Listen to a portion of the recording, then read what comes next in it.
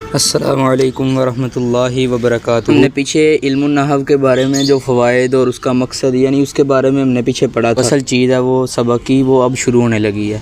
تو آپ نے پیچھے پڑھا ہے کہ علم النحو کا موضوع کلمہ اور کلام ہے، تو وہ یا اکیلے کلمے کے بارے میں بحث کرتا ہے یا جب دو تین کلموں کو جوڑ کر جب کلام بن جائے یا اس کے بارے میں بحث کرتا ہے۔ اس کے علاوہ علم النحو کا موضوع کچھ تو اب وہ کلمہ اور کلام کی وضاحت کرے گا۔ اب یہ لفظ سے تمہید باندھ کے لانے لگا ہے کہ لفظ کسے کہتے ہیں، پھر اس سے آگے کلمہ اور کلام کی تقسیم کرے گا۔ تو کہتا ہے لفظ اور اس کی اقسام۔ لفظ کا لغوی معنی بولنا پھینکنا ہے، یعنی لغوی اعتبار سے یہ جو اس کے حرف اصلی ہیں اس اعتبار سے اس کا معنی پھینکنا اور بولنا ہے۔ اصطلاحی اعتبار سے ہر وہ بات جو انسان کے منہ سے نکلے اسے لفظ کہتے ہیں۔ تو بندہ جب بات کرتا ہے سمجھو وہ بات کو، کلام کو، کلموں کو منہ سے پھینک رہا ہے، تو اس اعتبار سے اس کو لفظ کہتے ہیں۔ لفظ کی اقسام، لفظ کی دو قسمیں ہیں، با معنی بے معنی۔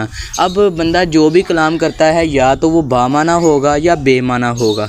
تو با معنی ہوگا تو اس لفظ کو کہیں گے موضوع، اور بے معنی ہوگا تو اس کو کہیں گے محمل۔ محمل عربی زبان میں لفظ ہے، اس کا معنی ہے چھوڑا ہوا، خالی چھوڑا ہوا۔ تو اس وجہ سے جو بندے کو سمجھ نہیں آ رہی سمجھو وہ بیکار ہے، بے فائدہ ہے، عبث چیز ہے۔ تو کہتا ہے لفظ کی دو قسمیں ہیں، با معنی بے معنی، معنی والا یا معنی کے بغیر۔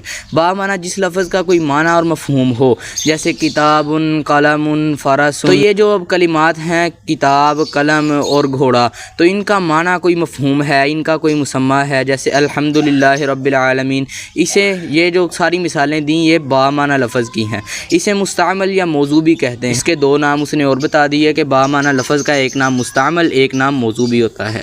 تو کہتا ہے بے معنی، بے معنی جس لفظ کا کوئی معنی اور مفہوم نہ ہو، جیسے دیز، یہ زید کا مقلوب الٹ صورت۔ اب زید جو لفظ ہے زید، یہ عربی زبان کا لفظ ہے، تو اگر اس کو ہم دیز پڑھ لیں دیز، تو اس کا کوئی معنی اور مفہوم عربی زبان میں نہیں ہے۔ تو کہتا ہے یہ بے معنی ہے، اس کا کوئی بات تو ہو رہی ہے، یہ بھی لفظ ہی ہے مگر اس کا کوئی معنی اور مفہوم کسی اگلے بندے کو سمجھ نہیں آ رہا۔ اسے غیر موضوع یا محمل بھی کہتے ہیں۔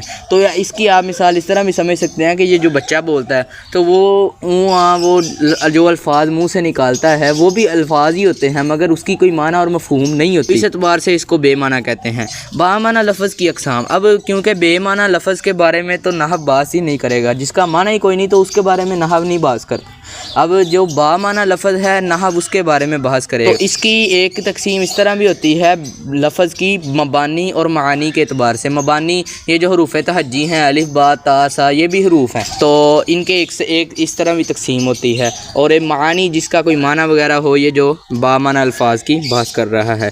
تو کہتا ہے با معنی لفظ کی دو قسمیں ہیں، مفرد یا مرکب۔ اب جو با معنی لفظ ہوگا یا تو وہ اکیلا لفظ ہوگا جیسے زید، یا پھر وہ کئی کلمات کو جوڑ کر تو ایک جملہ بنایا ہوا ہوگا جس کو کہیں گے مرکب۔ مرکب کا معنی عربی زبان میں جوڑا، یعنی جن کو کلمات کو جوڑ کر ایک جملہ مرتب کر دیا گیا ہے اس کو مرکب کہیں گے۔ تو مفرد کا ایک کلمہ کا اس نے ایک اور نام بتا دیا مفرد۔ تو مفرد کی آگے جا کے انشاءاللہ آپ کو بات سمجھاؤں گا کہ مفرد جو ہے اس کے کئی متضاد ہوتے ہیں، تو یہ انشاءاللہ آگے جا کے ہم بات سمجھیں گے۔ تو کہتا ہے کلمہ اور اس کی اقسام۔ اب وہ ایک کلمے سے شروع کرے گا، پھر آگے جاتا جاتا وہ کلمات پر چلا جائے گا، مرکب پر۔ تو کہتا ہے کلمہ اور اس کی اقسام۔ کلمہ جو وہ لفظ جو مفرد معنی کے لیے بنایا گیا، یعنی جس کا ایک ہی معنی ہو۔ زید، اب یہ ایک ہی معنی دے رہا ہے، قلم، کتاب، یہ جتنے بھی ایک الفاظ ہیں نا، ان کو کسی کے ساتھ جوڑا گیا نہ ہو تو یہ ایک لفظ ہے نا، جو ایک لفظ، یہ کلمہ ہے۔ تو جب ان کو جوڑ دیا جائے گا تو یہ کلام بن جائے گا، بس اتنی بات ہے۔ کہتا ہے کلمہ کی تین اقسام ہیں، ٹھیک ہے۔ کلمہ کی کتنی قسمیں ہیں؟ تین۔ اسم، فعل، حرف۔ تو میں نے آپ کو پہلے بھی بتایا تھا کہ جو بھی کلمات ہوتے ہیں یا وہ اسم ہوتا ہے یا فعل ہوتے ہیں یا حرف ہوتے ہیں، ان کے علاوہ زبان میں کچھ بھی نہیں ہوتا۔ یا اسم ہوں گے جیسے نام وغیرہ کسی کے، کوئی اور جس طرح مثالیں ہیں، اور یا فعل ہوں گے یا حرف ہوں گے۔ تو کہتا ہے اسم وہ کلمہ جو اپنا معنی خود بتائے۔ تو عربی زبان میں اسم کی تعریف ہے وہ کلمہ جو اپنا معنی خود بتائے اور اس میں کوئی زمانہ نہ پایا جائے۔ جیسے میں کہتا ہوں القلم، قلم۔ اب قلم لفظ جو ہے نا یہ اپنا معنی خود دے رہا ہے، اس کو کسی کے ساتھ ملانے کی ضرورت نہیں۔ قلم جو لفظ ہے یہ اپنا معنی خود دے رہا ہے، مگر ایک بات یہ سمجھ لینی چاہیے کہ کلمہ خالی خود معنی دے رہا ہے مگر کلام کے بغیر اس کا بھی کوئی معنی سمجھ نہیں آ رہا۔ جیسے زید، ہم کہیں زید، قلم، تو اب ایک بندے کو ہم کہیں جائیں بھی بھائی بات سنو، قلم، پھر کہیں قلم، پھر کہیں قلم، یعنی اس کو بات نہیں سمجھ آئے گی۔ تو کلام کے لیے ایک کلمہ فائدہ نہیں دیتا، ویسے اس کا خود معنی اور مفہوم ہوتا ہے۔ جیسے ایک قلم ہے، ہمیں کوئی کہے جی قلم، تو ہمیں سمجھ آ جائے گی کہ بھئی وہ جو قلم ہوتا ہے اس کی پیچھے جو بھی آپ کو ذہن میں تصور بیٹھ جاتا ہے، تو اس اعتبار سے وہ کہہ رہا ہے کہ اس کا اپنا معنی خود ہوتا ہے۔ یہ نہیں کہہ رہا کہ وہ کیا اسے کہتے ہیں کلام کے لیے کافی ہو جاتا ہے اور اگلے کو ایک کلمے سے ہی بات سمجھ آ جاتی ہے، یہ بات نہیں وہ بتانا چاہ رہا۔ وہ کہہ رہا ہے اس کا اپنا ذاتی خود معنی ہوتا ہے، تصور میں آپ کے ذہن میں پیدا ہو جاتا ہے، اور اس میں کوئی زمانہ بھی نہیں ہوتا۔ زمانہ جس میں ہوگا وہ فعل ہوگا۔ کام کیا ہے نا، تو کام کے بندے کے ذمے میں آتا ہے کہ یار وہ کام گزشتہ زمانے میں ہوا، یا وہ کام آئندہ زمانے میں ہوگا، یا وہ کام ابھی ہو رہا ہے۔ تو یہ کام کے ساتھ زمانہ مختص ہے، یعنی فعل کے ساتھ۔ جو فعل ہے اس کے لیے زمانے کی ضرورت ہوتی ہے، جو اسم ہے اس کے لیے زمانے کی ضرورت نہیں ہوتی۔ تو کہتا ہے اب عربی زبان میں ہم نے اسم پہچاننا ہے، تو کس طرح پہچانیں گے؟ علامات اسم، اسم کو پہچاننے کی علامات، اس کی چند اہم علامات مندرجہ ذیل ہیں۔ تو بہت سی اس کی علامات ہیں، اس نے کچھ لکھی ہیں۔ تو کہتا ہے شروع میں الف لام ہو، تو جس کے شروع میں الف لام ہو آپ نے آنکھ بند کر کے کہہ دینا ہے کہ یہ کیا ہے؟ اسم ہے۔ جیسے الحمد، اب الحمد عربی زبان میں آپ کو پتہ چل گیا جی اسم ہے، کیونکہ اس کے شروع میں کیا ہے؟ الف لام۔ تو جس کے بھی شروع میں الف لام ہو وہ کیا ہے؟ اسم۔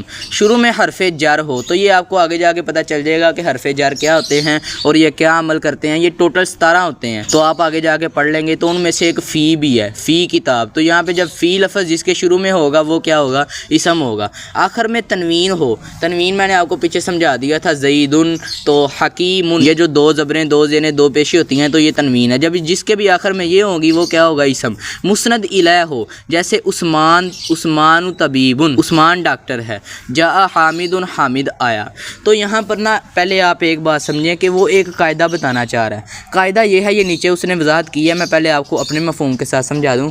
قاعدہ یہ ہے کہ اسم مسند بھی ہو سکتا ہے، مسند الیہ بھی ہو سکتا ہے۔ اس کی وجہ یہ ہے کہ اسم جو ہے اس کے اندر کام نہیں ہوتا، تو اسم کی بھی نسبت ہو سکتی ہے، اسم کی بھی، جیسے زید قائم۔ اب یہاں پر زید بھی اسم ہے اور قائم بھی اسم ہے، ایک مسند الیہ ہے، ایک مسند ہے۔ مسند الیہ وہ ہے کہ جس کی طرف کام کی نسبت کی جائے۔ جیسے میں کہتا ہوں جاء زید، زید آیا، تو آنے کی نسبت کس کی طرف ہو رہی ہے؟ زید کی طرف۔ تو یعنی کسی بندے کی طرف، کسی ذات کی طرف کام کی نسبت کرنا جس کی طرف کی جائے تو وہ مسند الیہ ہے، جس کی نسبت ہو وہ مسند ہے۔ تو جو فعل ہے وہ کوئی ذات نہیں ہوتی، وہ صرف کام ہوتا ہے، اس اعتبار سے وہ مسند الیہ نہیں ہو سکتا، وہ مسند ہی ہو سکتا ہے، کیونکہ کام کی نسبت ہوتی ہے، کام کی طرف نسبت نہیں ہوتی۔ میں کہتا ہوں جاء زید، آیا زید، اب آنے کی نسبت زید کی طرف ہوگی کہ زید کی نسبت آنے کی طرف ہوگی؟ نہیں، کام کی نسبت زید کی طرف ہو سکتی ہے۔ تو اس اعتبار سے وہ ایک قاعدہ بتانا چاہ رہا ہے، وہ آپ قاعدہ سمجھیں۔ تو کہتا ہے مسند الیہ ہو، جیسے عثمان طبیب۔ پانچویں علامت آپ سمجھ لیں منادہ ہو، یعنی جس کو بھی پکارا جائے تو عربی زبان میں پکارنے کے لیے چند الفاظ استعمال ہوتے ہیں، یا ایا یا ای آ،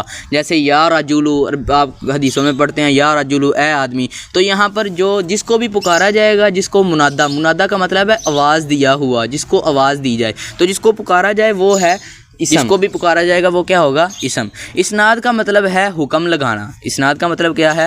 حکم لگانا، کسی کام کی طرف، کسی کام کی کسی کی طرف نسبت کرنا، حکم لگانا۔ جس کلمے کے ساتھ حکم لگایا جائے اسے مسند، یعنی جس کی نسبت ہو وہ کیا ہے؟ مسند، اور جس پر حکم لگایا جائے اسے مسند الیہ، یعنی جس کی طرف کام کی نسبت ہو اسے کیا کہیں گے؟ مسند الیہ۔ جیسے اسماعیل عالم، اب یہ دونوں جو کلمات ہیں نا یہ اسم ہے، اسماعیل عالم ہے، کیونکہ اس میں کوئی زمانہ نہیں ہے۔ میں اسماعیل عالم میں اسماعیل جو ہے مسند الیہ ہے اور عالم مسند ہے۔ تو میں نے آپ کو یہ بتایا کہ اسم کے اندر جو اسم ہے وہاں پر کام بھی ہو سکتا ہے۔ اسماعیل عالم، تو عالم ان کے اندر کام ہے، علم جاننے والا ہے، تو یہ علم جاننا بھی ایک کام ہے۔ تو اب ایک صفت ہے، تو یہ اس کی نسبت بھی ہو سکتی ہے اور اس کی طرف بھی نسبت ہو سکتی ہے، کیونکہ اس میں دونوں چیزیں ہیں۔ لیکن جو فعل ہے اس میں ذات نہیں ہے، اس میں صرف کام ہے اور کام کی نسبت ہوتی ہے۔ اسم میں ذات بھی ہوتی ہے اور کام بھی ہوتا ہے، تو اس وجہ سے جو اسم ہے وہ مسند الیہ بھی ہو سکتا ہے اور مسند بھی ہو سکتا ہے، لیکن فعل صرف مسند ہوگا۔ تو کہتا ہے اسماعیل عالم میں اسماعیل مسند اور عالم مسند ہے۔ اب یہ دونوں فعل ہیں، اسم ہیں، تو یہاں پر اس نے ایک قاعدہ بتا دیا کہ اسم مسند بھی ہو سکتا ہے، مسند الیہ بھی ہو سکتا ہے۔ جلسہ محمود، محمود بیٹھا۔ اب یہاں پر میں جلسہ مسند ہے کیونکہ جلسہ فعل ہے، محمود بیٹھا گزشتہ زمانے میں کیونکہ یہ فعل ماضی ہے۔ اب یہاں پر کام کی نسبت ہو سکتی ہے، یہ نہیں ہم کہہ سکتے جلسہ مسند الہ اور محمد محمود مسند، کیونکہ جلسہ میں ذات نہیں ہے تو ذات کی طرف کام کی نسبت ہوتی ہے، ذات کی نسبت کام کی طرف نہیں ہوتی، یہ بات سمجھانا چاہ رہا ہوں میں۔ تو کہتا ہے جلسہ مسند اور محمود مسند الہ ہے۔